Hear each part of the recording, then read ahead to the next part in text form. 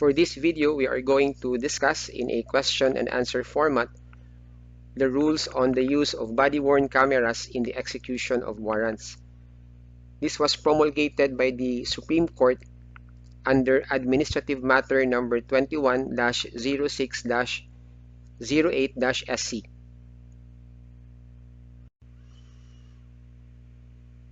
Now, what are the reasons given by the Supreme Court in promulgating these rules? Number 1. These rules aim to ensure compliance with due process. Number 2. These rules aim to strengthen the right of a person against unreasonable searches and seizures. Number 3. These rules aim to address the increasing reports of civilian deaths during the execution of warrants issued by the regional trial courts. This is a clear example that our Supreme Court has taken judicial notice that for the past several months, ang dami ng mga insidente na namamatay yung mga persons affected by the implementation of search warrants issued by RTCs, most especially in the Luzon area. Number 4. These rules aim to deter the excessive use of force by law enforcement officers in the execution of warrants. In what way do you think will these rules deter the excessive use of force? We will know in the succeeding slides. And number 5, these rules aim to aid our trial courts in resolving issues relating to conflicting eyewitness accounts.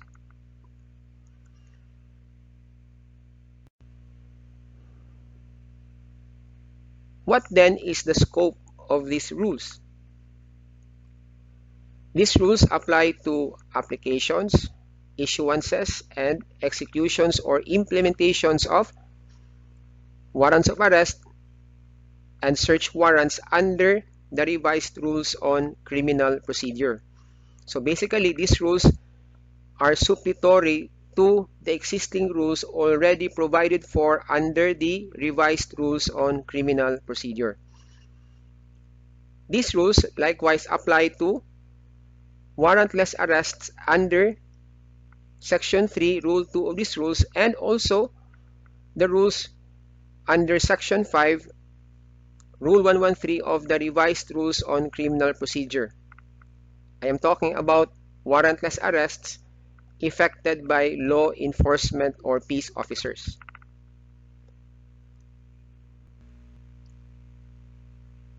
Question: what must a court do whenever it issues a warrant of arrest? In Section 1, Paragraph 1, Rule 2 of these rules, it states that the warrant of arrest to be issued by a court must contain an order requiring the use of at least one body-worn camera and one alternative recording device, or such number of recording devices as may be necessary to capture and record the relevant incidents during the implementation of the warrant. So, every time na mag-i-issue ang korte ng warrant of arrest, dapat may nakalagay na order dun sa warrant of arrest requiring our law enforcement officers na dapat meron silang at least one body-worn camera and one alternative recording device whenever they implement or execute a warrant of arrest.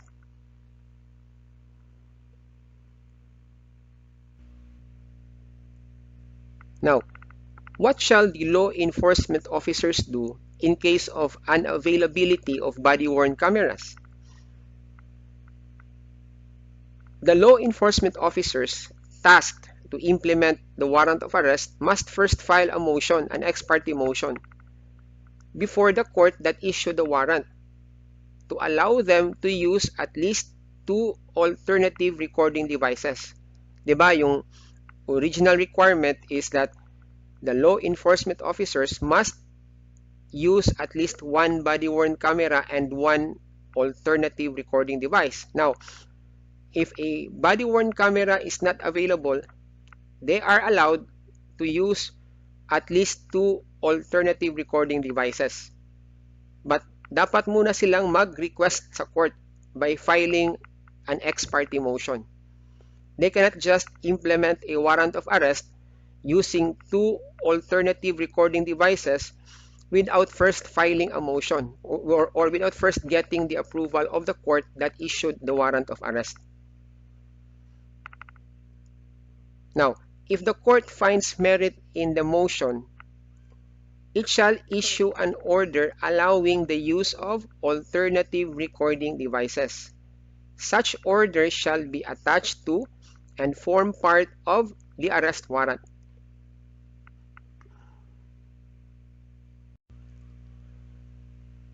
Ano ba itong body-worn camera?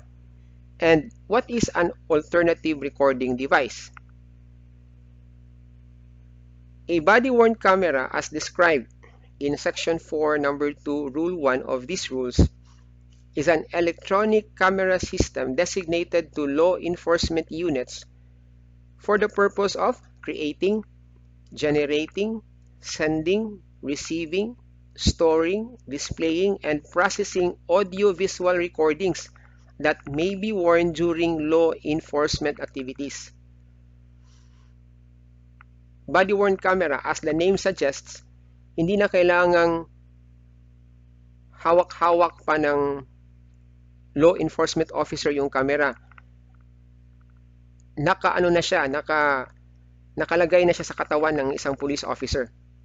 So, he need not carry it with the use of his other hand in the implementation of a warrant of arrest, for example. It will be easier, obviously, for a law enforcement officer to effect the physical arrest of the person named in the warrant of arrest. On the other hand, an alternative recording device is also an electronic camera system which is not a body-worn camera. So ito lang yung main difference ng body-worn camera at alternative recording device. Body-worn camera, nakalagay na siya sa katawan ng law enforcement officer. The law enforcement officer, as I said, doesn't have to carry the body-worn camera with the use of his hand. But in the case of an alternative recording device, it is not a body-worn camera. But just the same, it is capable of creating, generating, sending, receiving, storing, displaying, and processing audio-visual recordings and may be worn during law enforcement activities. It may be used as a substitute for body-worn cameras in case of unavailability.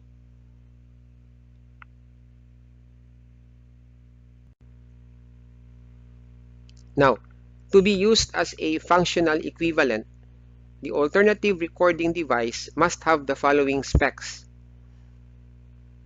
It must have a video resolution of at least 720 pixels or higher.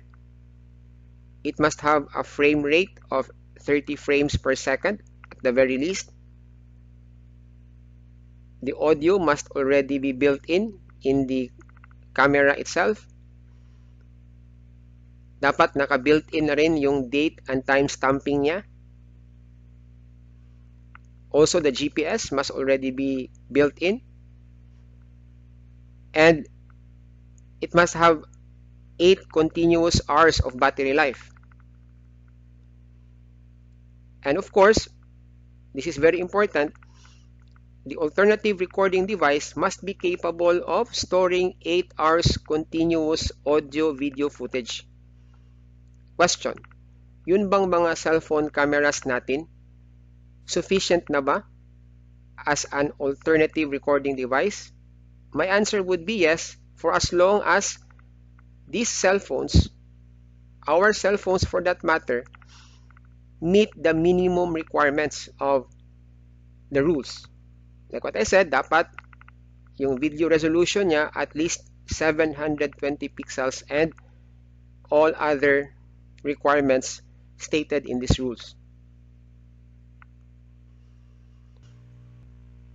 Now, what shall the arresting officers do during the implementation of the arrest warrant?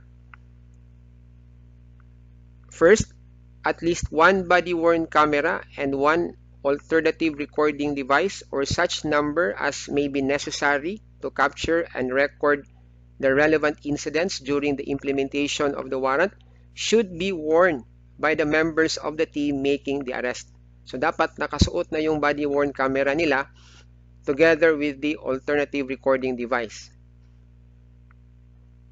Second, if a body-worn camera is not available, at least 2 alternative recording devices must be used. And of course, as what I have emphasized in the previous slide, they will be allowed to use 2 alternative recording devices in lieu of the body-worn camera, provided they first get the approval of the court that issued the warrant. Third, whether it is a body-worn camera or an alternative recording device, it must be worn in a conspicuous location and in a manner that maximizes its ability to capture a recording of the arrest. Alangan naman sa likuran mo ilalagay yung body-worn camera. It will defeat the purpose of the rules. Dapat nakalagay siya sa harap because whenever you arrest the person to be arrested, nakaharap ka sa kanya. So dapat facing towards the subject of the arrest yung lens ng camera. And it must be worn in a conspicuous location. Hindi mo pwedeng suotin yung body-worn camera dun sa paahan mo. Dapat, most probably, dun sa neck area mo or sa chest area ng law enforcement officer.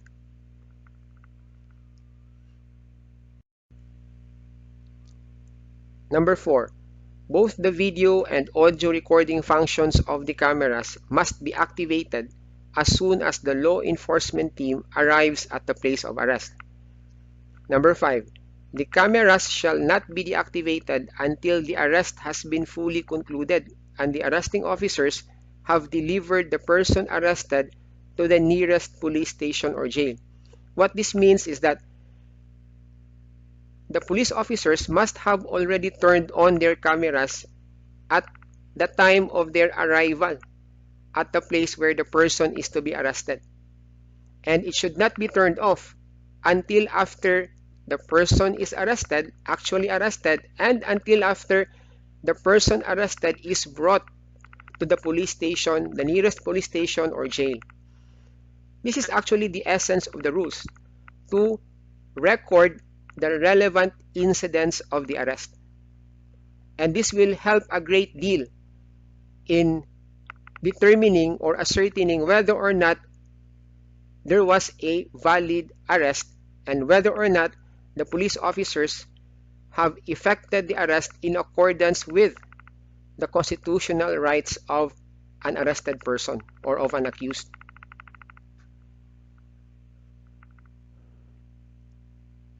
Number 6, when making the arrest by virtue of an arrest warrant, the police officers wearing the body-worn cameras or alternative recording devices shall, as early as practicable, notify the person to be arrested that the execution of the arrest warrant is being recorded. So, the law enforcement officers are required to inform the person to be arrested that they are recording his arrest as early as practicable. So, it could be done prior to the actual arrest or during the actual arrest itself or even after, depending on the circumstances of each particular case. For as long as it will not pose any risk or danger on the part of the police officers. Also, the police officers or law enforcement officers are required to inform or notify the person to be arrested that they are making an arrest pursuant to an arrest warrant issued by a court. So take note of that. Let's now go to warrantless arrests. Question: are these rules applicable in case of a warrantless arrest made by a law enforcement officer? The answer is yes. Under the rules, insofar as it is practicable, the arrest shall be recorded using a body-worn camera or an alternative recording device in the same manner as an arrest made by virtue of a warrant of arrest. Take note of the phrase which I have underscored, the phrase insofar as it is practicable. Why? Warrantless arrests are usually spur-of-the-moment arrests, except of course with respect to warrantless arrests pursuant to drug buy-bust operations. Let us say, for example, a policeman in his presence saw another person attempting to snatch the bag of a lady walking along a street. Under Section 5, Rule 113 of the Revised Rules on Criminal Procedure, a police or a peace officer may effect a warrantless arrest if a crime is being committed in his presence. Now, what if kung walang dalang body-worn camera or walang suot rather na body-worn camera ang isang peace officer or even an alternative recording device at the time he effected a warrantless arrest? Will that invalidate the arrest itself? The answer is no. Because the rules only require that insofar as it is practicable, yes, the arrest shall be recorded using a body-worn camera or an alternative recording device in the same manner as an arrest made by virtue of a warrant of arrest. Kung walang dalang camera at the time of the warrantless arrest ang isang peace officer, it's okay. Because, like what I said, warrantless arrests are spur-of-the-moment arrests. So, ang remedy siguro dito is eventually, lahat ng mga police officers natin or law enforcement officers for that matter will be required to wear a body-worn camera such that in the event that a crime is being committed in their presence, they are able to comply na with these rules. Now, in case of a warrantless arrest effected under Section 21 of Republic Act 9165, the media representative may be allowed to record the operation. So, in the case of warrantless arrests effected through a buy-bust operation, under Section 21 kasi of RA 9165, apart from the representative of the DOJ, apart from an elected public official, dapat required din yung presence ng media during the actual inventory of the items seized from an alleged drug pusher right after or immediately after the warrantless arrest. So, if in case the media representative who is there to witness the inventory is able to record, or rather is allowed to record the inventory, or kung andun na siya during the time of the arrest, yes, he may be allowed to record the operation.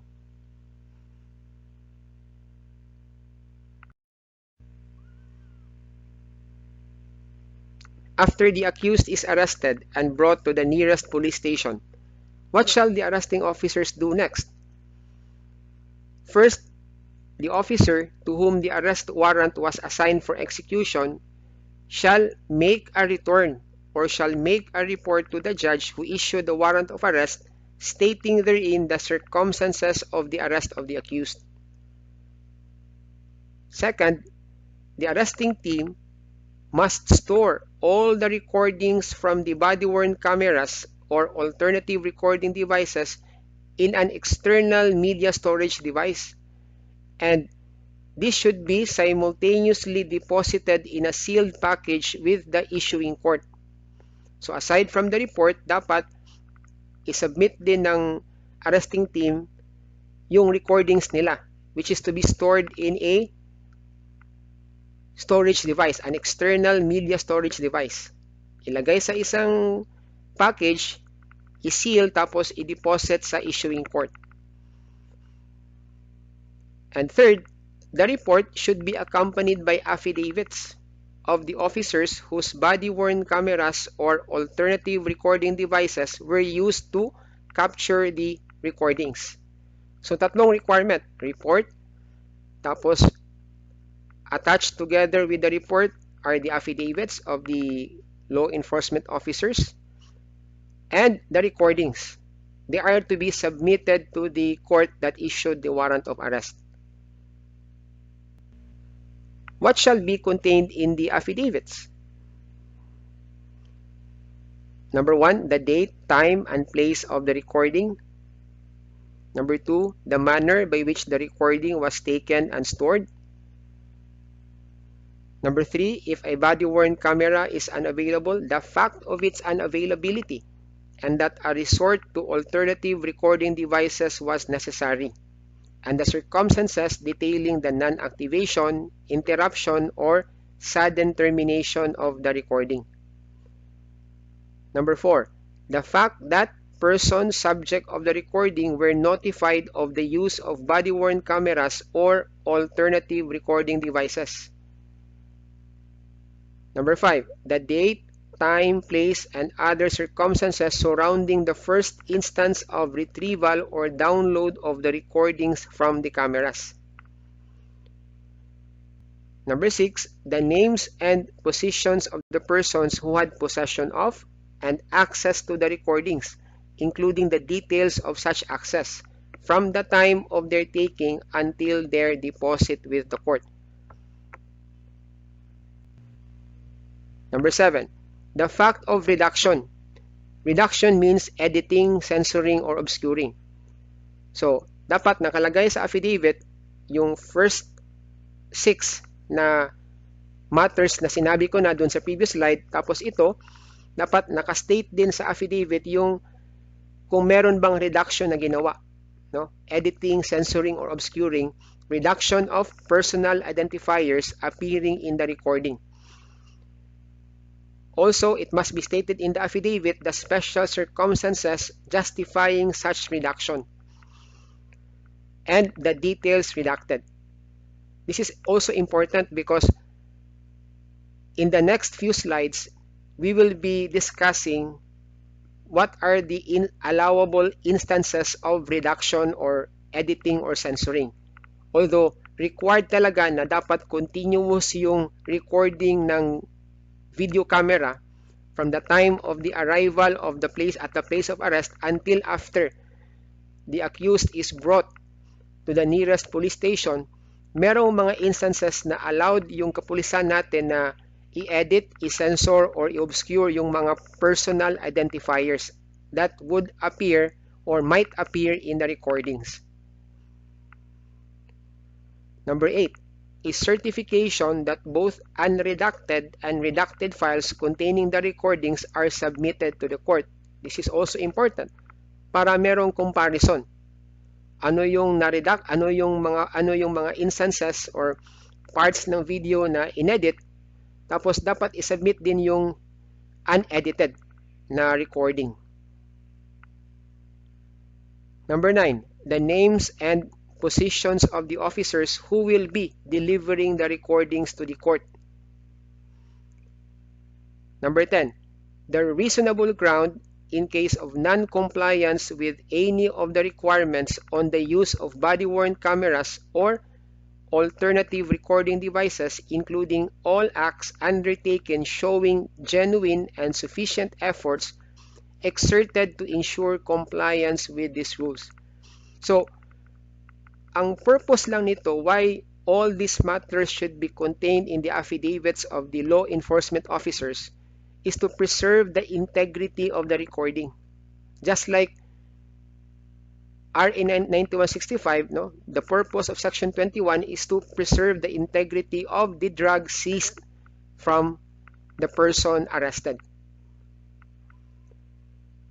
Now, take note that in case of death, physical disability, resignation, or severance of ties with the agency of the officers whose body-worn cameras or alternative recording devices were used in the execution of the warrant, any member of the arresting team shall make or can make the affidavit.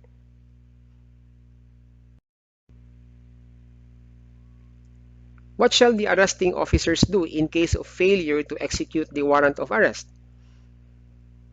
The officer to whom the warrant of arrest was assigned for execution shall, within 30 days from such assignment, file a report or a return stating the reasons for such failure. So kahit na hindi nila maaresto yung person to be arrested or the person named in the warrant of arrest, they must still submit a report or make a return of the warrant of arrest stating or explaining the reasons for their failure to arrest the person named in the warrant. What about the judge who issued the warrant of arrest? What shall he do after such report or return is filed? The judge must ascertain if the report or the return is accompanied by the required affidavits. If the required affidavits are not submitted, the judge must issue a show cause order against the officer responsible and require the person concerned or the police officer concerned to submit the required affidavit or affidavits. So, this contemplates a situation where the accused was arrested. So, ang dapat gawin ng judge after he receives the report, he must see to it if the requirements stated in the previous slide are submitted by the person to whom the warrant was assigned for execution. Report, affidavits, tapos yung recordings. Now, if the officer fails to comply with the show cause order, the judge may cite him for contempt of court under Section 4, Rule 2 of these rules. What shall the arresting officers do next after an accused is arrested with the use of body-worn cameras or alternative recording devices pursuant to a warrantless arrest? In case of the use of body-worn cameras or alternative recording devices during warrantless arrests, the recordings and the affidavits of arrest shall be submitted to the prosecutor conducting the inquest proceedings, and they shall form part of the records of the said inquest proceedings. So, ang wala dito is yung requirement ng pag-submit ng report kasi yung report or return, sinasubmit lang yon if there was a warrant of arrest issued. Tapos yung report or return, dun mo isasubmit sa judge. But since this is a warrantless arrest, yung isasubmit lang is yung recording tapos yung affidavits. And this recording and affidavit will be submitted to the inquest prosecutor to whom the arrested person is brought for inquest proceedings.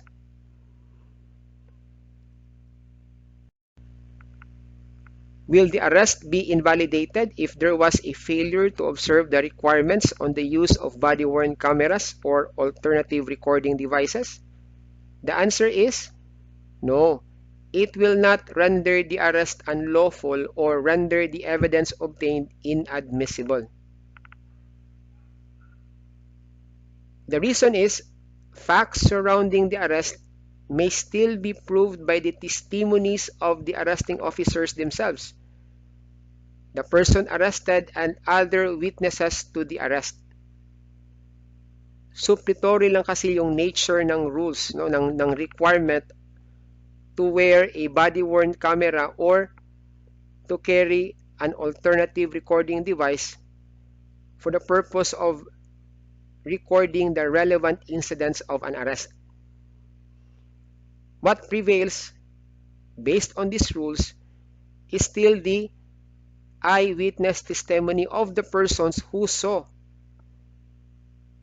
the arrest made on the person to be arrested.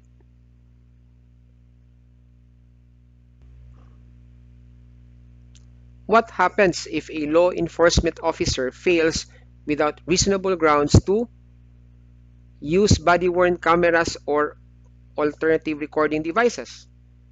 Or if a law enforcement officer intentionally interferes with the body-worn camera's ability to accurately capture audio and video recordings of the arrest? Or if a law enforcement officer manipulates such recording during or after the arrest? So merong bad faith dito on the part of the law enforcement officer. Or the law enforcement officer fails to timely file the affidavit as required.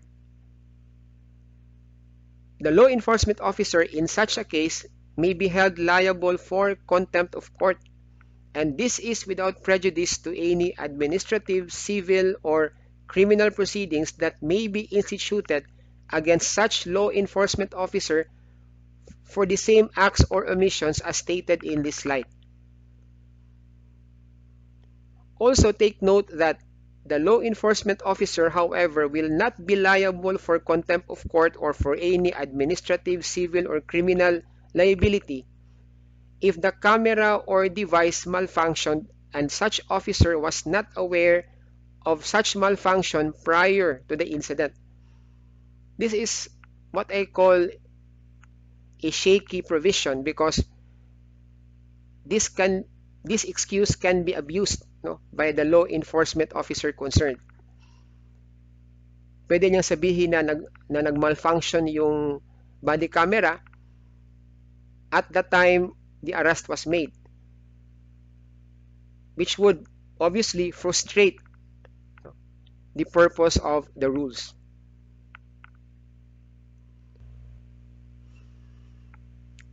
Let's go to search warrants. Ano ba ang rule with respect to search warrants? When applying for a search warrant, the applicant shall state in his application the availability or unavailability of body-worn cameras to be used in the implementation of a search warrant. So nakastate na dun mismo sa application for a search warrant kung available ba or hindi available ang body-worn camera. Now, in case of the unavailability of these body-worn cameras, the applicant should request or may request for the authority to use alternative recording devices. This is akin to a motion, di ba? Kung warrant of arrest, dapat mag-file ng motion ang law enforcement officer to allow them to use in lieu of a body-worn camera another alternative recording device. But in the case of search warrants, doon mismo sa application, doon mo na ilalagay yung request mo na gagamit ka ng alternative recording device kung wala kang body-worn camera na magagamit during the implementation of the search warrant.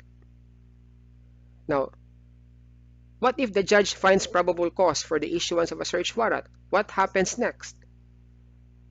The judge, of course, shall issue the search warrant kasi merong probable cause. And such search warrant must include an order requiring the use of at least one body-worn camera and one alternative recording device, or a minimum of 2 devices, or such number as is necessary to capture and record the relevant incidents during the execution. What shall the law enforcers do during the implementation of the search warrant? Actually, the same lang, as with what the law enforcement officers should do during the implementation of a warrant of arrest. So I will just give you a rundown. Number 1, at least one body-worn camera and one alternative recording device should be worn by the members of the team. And if a body-worn camera is not available, at least 2 alternative recording devices must be used. Third, Whether it is a body-worn camera or an alternative recording device, dapat nakalagay siya in a conspicuous location sa katawan ng law enforcement officer para ma-maximize yung ability ng camera na ma-capture yung pangyayari. And then, both the video and audio recording functions of the cameras must be activated as soon as the law enforcement team arrives at the place of the search. So, kaparehas lang, no? As with what the police officers should do in the implementation or during the implementation of the arrest warrant. Number 5, the camera shall not be deactivated until the search has been fully concluded and the officers conducting the search have left the premises and returned to the police station. Number 6, when conducting a search by virtue of a search warrant, the officers wearing the body-worn cameras or alternative recording devices shall, as early as practicable, notify the lawful occupant of the premises to be searched that the execution of the search warrant is being recorded and that they are conducting a search pursuant to a search warrant issued by a court.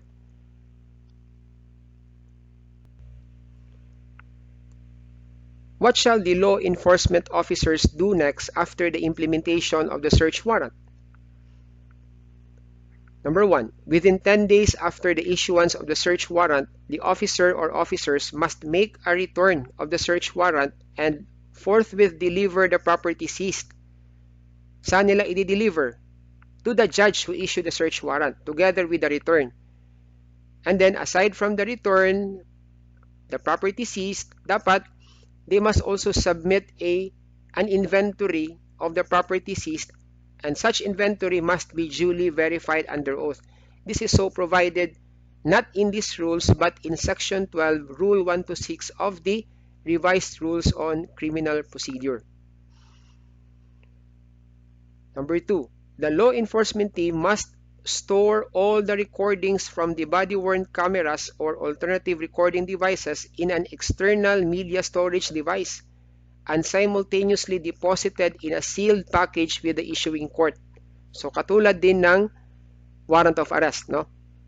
Yung lahat ng recordings dapat i-store in an external media storage device. Tapos yung storage device ilalagay sa isang sealed package, no? Tapos isasubmit doon sa court that issued the search warrant. Together, of course, with the report, the property seized, and the inventory, which should be verified, duly verified under oath. Number 3, the return of the search warrant shall also be accompanied by affidavits of the officers whose body-worn cameras or alternative recording devices were used to capture the proceedings. So, ang dami ng requirements, no? To repeat, the report, the affidavits, the property seized, the inventory, tapos yung recording. This will be all submitted before the judge that issued the search warrant. Now, what shall be contained in the affidavits? The same matters as in the case of the affidavits submitted pursuant to the warrant of arrest are to be stated in the affidavits submitted pursuant to the search warrant.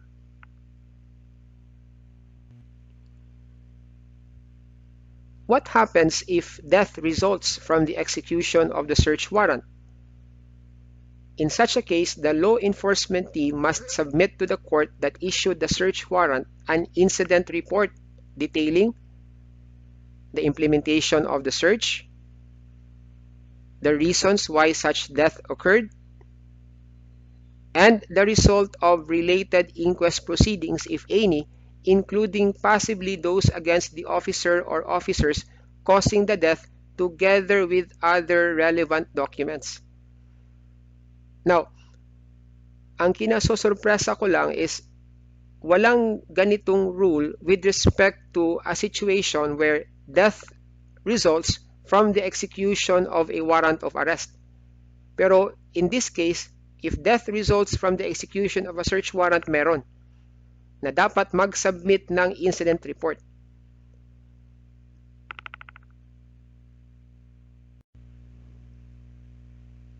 What about the judge who issued the search warrant? What shall he do after such report or return is filed? Kaparehas lang no ng dapat gawin ng isang judge whenever he receives a report or a return after the execution of the warrant of arrest. So here, after the execution of the search warrant and after a return of such warrant is filed, the judge must ascertain if the report or the return is accompanied by the required affidavits. Of course, aside from the requirement of submitting the property seized, the inventory, and the recordings. Now, if the required affidavits are not submitted, the judge must issue a show cause order against the officer responsible and require him to submit the required affidavits. And if the officer fails to comply with the show cause order, the judge may cite him for contempt of court.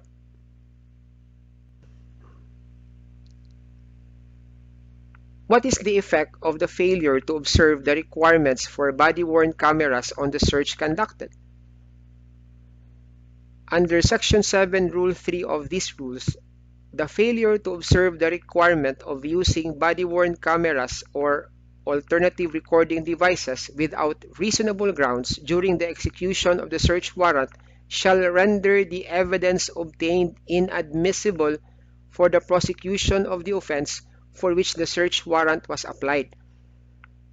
Take note that with respect to the failure to observe the requirement of using cameras in the execution of a warrant of arrest or in the execution of or in effecting rather of a warrantless arrest, it will not invalidate the arrest itself. But with respect to the implementation of a search warrant, the failure to observe the requirement of using cameras during the implementation of the search warrant will render the evidence obtained by virtue thereof inadmissible for the prosecution of the offense for which the search warrant was applied for. So there is a difference here, no? In the case of arrests made by virtue of an arrest warrant or an arrest effected through a warrantless arrest, kahit na walang body camera or alternative recording device na ginamit during the implementation of the arrest, it will not invalidate the arrest itself. But in the case of a search warrant, if there is no or there are no reasonable grounds that would justify the failure to observe the requirement of using body-worn cameras or alternative recording devices during the execution of the search warrant, to repeat, it will render the evidence obtained by virtue of the search warrant inadmissible.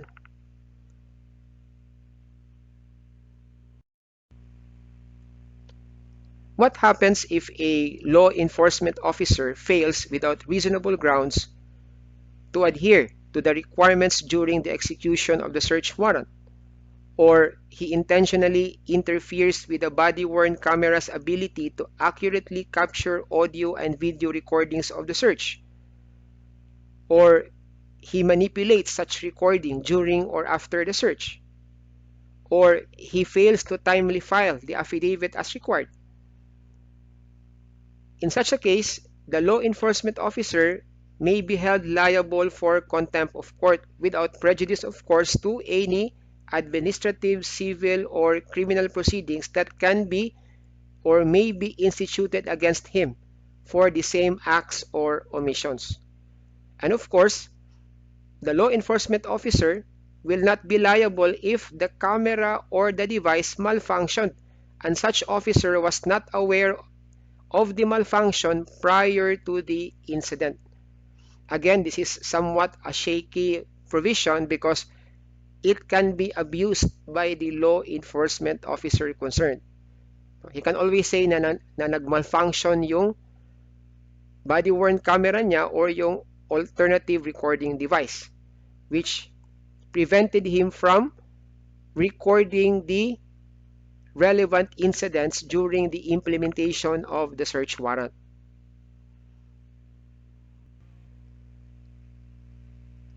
What is the remedy in case the search was conducted in violation of these rules? If the search was done without the use of body-worn cameras or alternative recording devices, and the failure to use such cameras is without reasonable ground, a motion to suppress evidence may be filed. Where should it be filed? It may be filed in the court that issued the search warrant, or it may be filed in the court where a case was eventually filed against the person subject of the search warrant. Now, a motion to suppress evidence may also be filed with respect to the search incidental to the execution of a warrant of arrest, when such arrest was without the use of body-worn cameras or alternative recording devices without reasonable ground.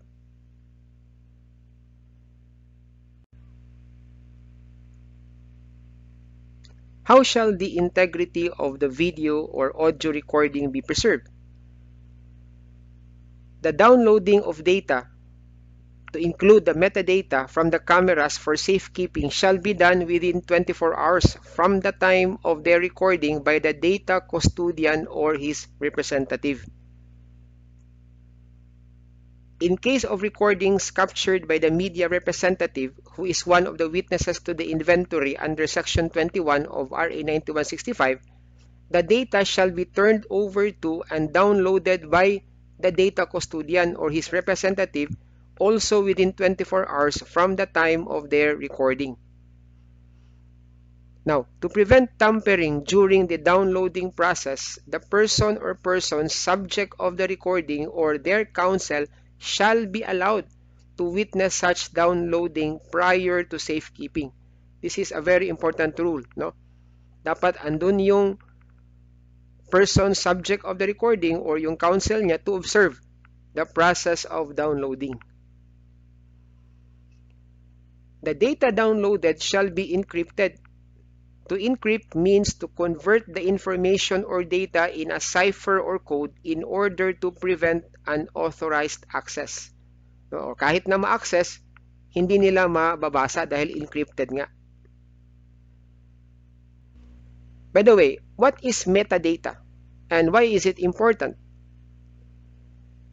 Video metadata is all available information about a digital video file, like the author, the date the video was created, the location shot, the camera information, and upload date.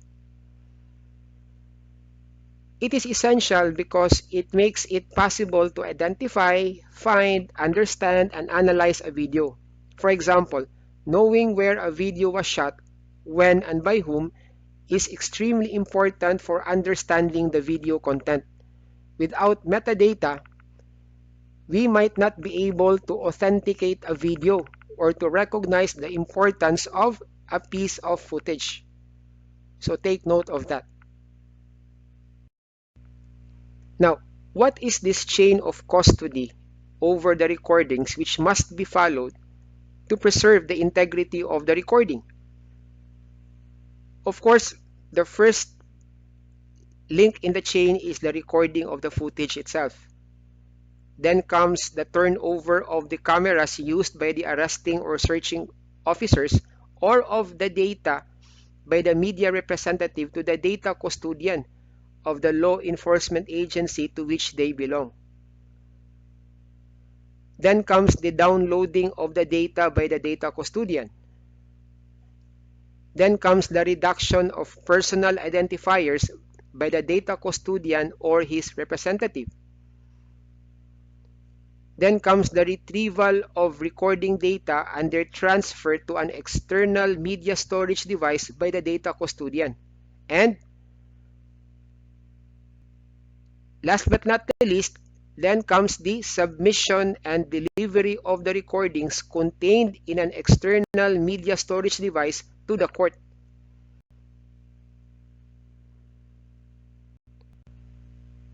Why is there a need to preserve the chain of custody over the recordings? Under Section 2, Rule 4 of these rules, the purpose is to what? Prevent improper access, review, and tampering of the recordings. And if I may add and reiterate, to preserve the integrity of the recording.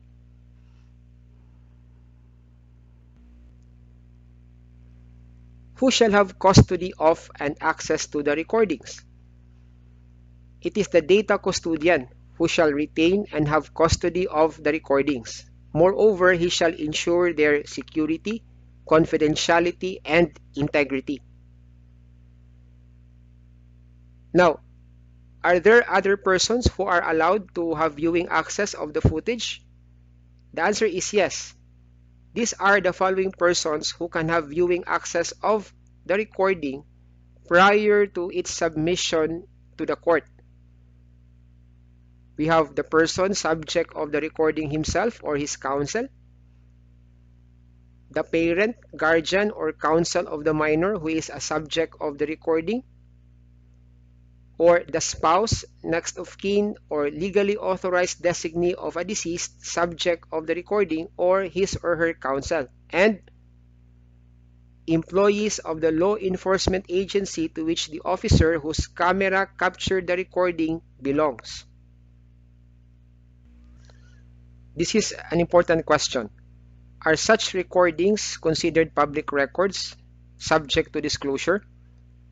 The answer is no. They are not considered public records which can be released to other persons or to the public or to social media or to a mainstream media for that matter. However, such recordings and copies of these recordings that depict circumstances in which a person dies while being apprehended by or while in the custody of law enforcement officers, or when an assault is made against law enforcement officers themselves, then those are the only two instances where these recordings can be considered public records. And as public records, they can be subject to disclosure to other persons, even if those persons are not in any way involved in the recordings or even subject of the recordings.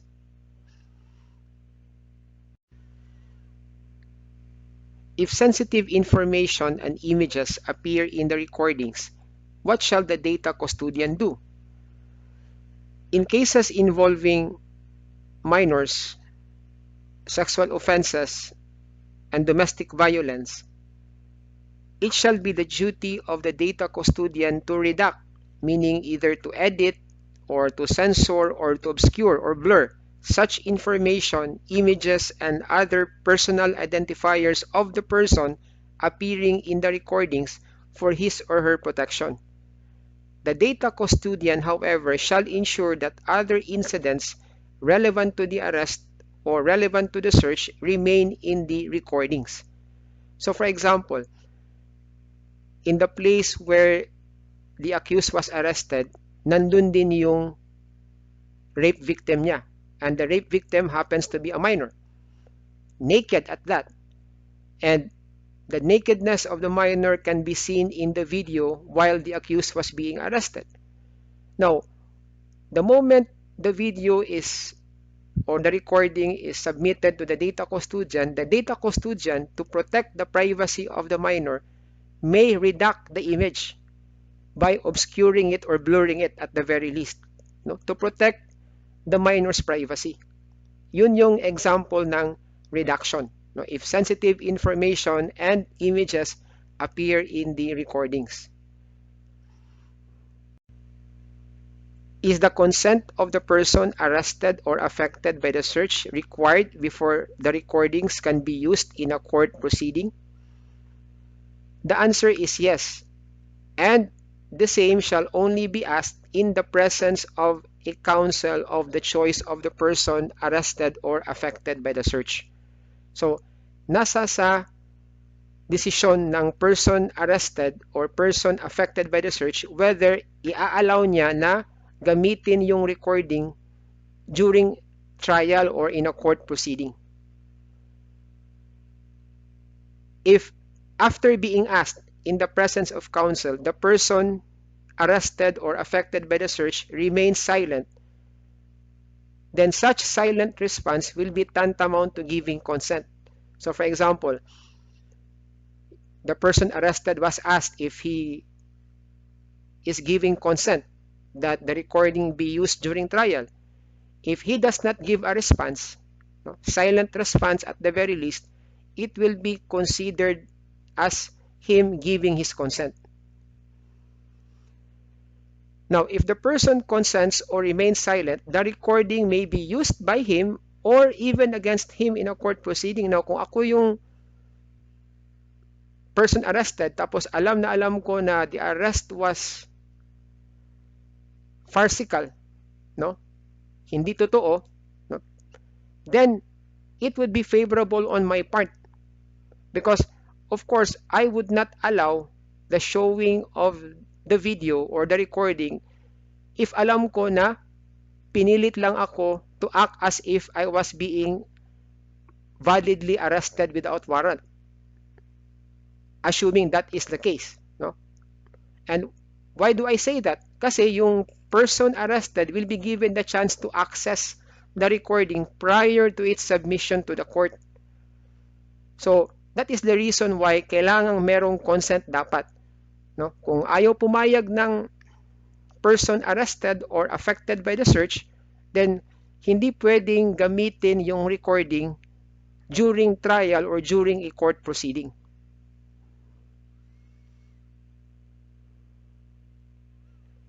In the case of a minor, the consent shall be secured from his parent or guardian. However, if the recording captures an incident resulting in death or an assault against law enforcement officers, the recording may be used in court even without consent from the person arrested or affected by the search. So take note of that.